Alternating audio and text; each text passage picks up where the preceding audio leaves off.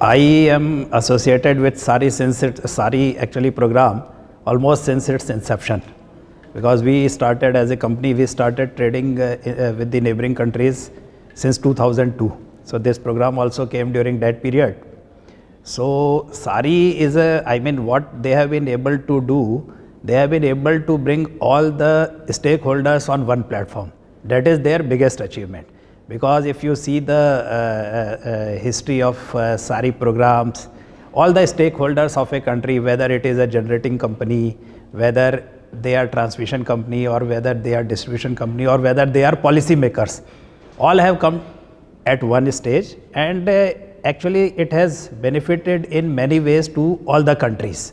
Now in the year 2002, only some power was coming from Nepal to India, and some power was coming from Bhutan to India. Now we have a power exchange not exactly the power exchange of power between four countries: India, Bhutan, Bangladesh and Nepal. So we are complementing each other. Now Bangladesh, because you know Bangladesh, they have so much of gas available in their country, but it is very difficult for them to bring out all the gases and start generating. So they are getting power from India. Nepal is exporting as well as importing power. Similarly, Bhutan, now they are also exporting power, and during dry season they are taking power from India. So I think SARI was a platform where all the stakeholders, they came together and they tried to understand each other. So in that way I think they have been able to achieve at least they have been able to achieve their goal, I will say.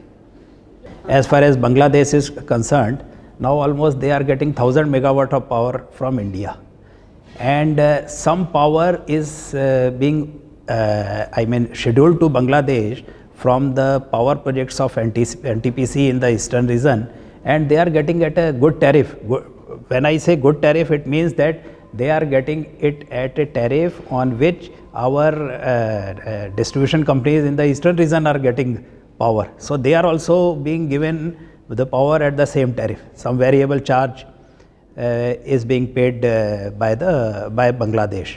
So Bangladesh has been able to get 1000 megawatt, and now you see we have a very robust transmission system between India and Bhutan.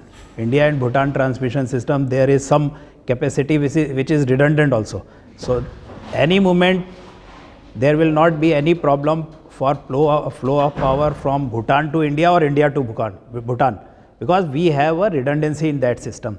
Similarly, if we take the case of Nepal, they have also been there is also a line, this Dhalkebar Muzaffarpur 400 kV line. Talks were going on for last so many years, but finally this line has come into existence. So it is benefiting both the countries.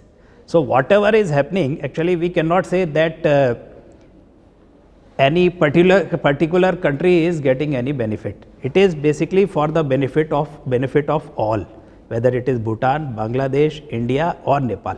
Everybody is getting benefited. And the next target is Sri Lanka. Talks are in advanced stage. So I see that in the next couple of years, we will be having Sri Lanka also as a part of this BBIN, which is currently which is known as BBIN. Sri Lanka will also become a part of it. See, I always say that for building confidence, as a confidence building measure, things should always start with bilateral. This we always used to argue, and this is what exactly happened. Things started in the region on bilateral basis, and now the things have moved to the power exchange. So bilateral means once you start transactions on bilateral, it gives confidence, it creates trust between the participating entities. So once that trust was created, when all the countries, because see, every country has its own grid code, every country has its own rules and regulations, but when it comes to something like of a regional power exchange, then you have to adapt uniform uniform grid code and uniform conditions also, terms and conditions also. So I think every country, because see, India was way ahead in the sense that we started I mean, with the power, this thing, what to say, sectoral reforms started in the year 1991. So we learnt a lot of things from our experiences, and exactly we shared our experiences with the neighboring countries. So if you talk to them, they always say that we have been benefited by the experience of India, because whatever hurdles we faced in the initial stages, that was sensitized to these countries also. So that way it is appreciated by each and every country. As you see, we are giving too much of focus on renewable, and because if you see India or this entire South Asian region, it is only the region in the world where you get sunlight almost 300 days in a year, and almost 1/5 of the population that reside here in this region. So this is a gift of God. And now we, in India, we are focusing, or rather we have achieved a certain milestone also as far as renewable is concerned. Now the time has come, because see, our load is like this, that we need round the clock power. India's load curve is entirely different. It is not that we need power only during daytime. Then we do have certain challenges also, because wind goes down during certain time, during certain months. We don't get anything from wind sources. Similarly, sun also. After a particular time, sun goes down and there is a crisis of power. So in the time to come, hydropower is going to play a vital role, because the moment we think of integration, the moment we think of integrating renewable with the conventional sources. So now, earlier, when we talk about conventional sources, the focus was on thermal power plants. Now a stage has come where you have to do away with the thermal power plants in the years to come. I am not telling that you have to do it right away. So in that case, only hydro is going to come to your rescue, because hydro, actually all hydro plants, they have some ponds which provide power for almost 4 to 5 hours in a day. And then lot of focus is being given on the pumped storage also. So for all these things, when we talk about integration, hydro is going to play a vital role. We have to get support from the hydro, then only we can think of fully integrating the system. So in that way, I mean, see, in India, there are socio-political problem in putting up a hydropower plants. We have so much of untapped potential in Nepal and Bhutan. So I think these two countries, they will certainly provide you lot of support in integrating your renewable with the renewable in such a way that you can provide power to the consumers round the clock. We will be able to integrate our this thing, renewable with the, because as I told you earlier, that wind has its own limitation. Similarly, solar has also its limitation. So hydro is going to come to your rescue. They will play a vital role. And as you may be aware, that Government of India has also, in the year 2018, they have come out with CBET, which has given a clear picture and which has paved a way for all the countries to work together. To have a power exchange, you need to have a volume also.